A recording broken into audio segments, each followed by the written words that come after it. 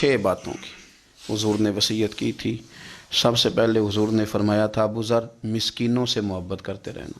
دوسرا نبی پاک صلی اللہ علیہ وسلم نے فرمایا تھا جب بھی دیکھنا نیچے والوں کو دیکھنا، اوپر والوں کو نہ دیکھنا، مالداروں جاگیرداروں پہ توجہ نہ کرنا، ذہن خراب ہوگا، نیچے دیکھنا، غریبوں کی طرف توجہ رکھنا۔ تیسرے نمبر پر نبی پاک صلی اللہ علیہ وسلم نے فرمایا تھا ہر حال میں حق بات کہنا اگرچہ وہ کڑوی ہو۔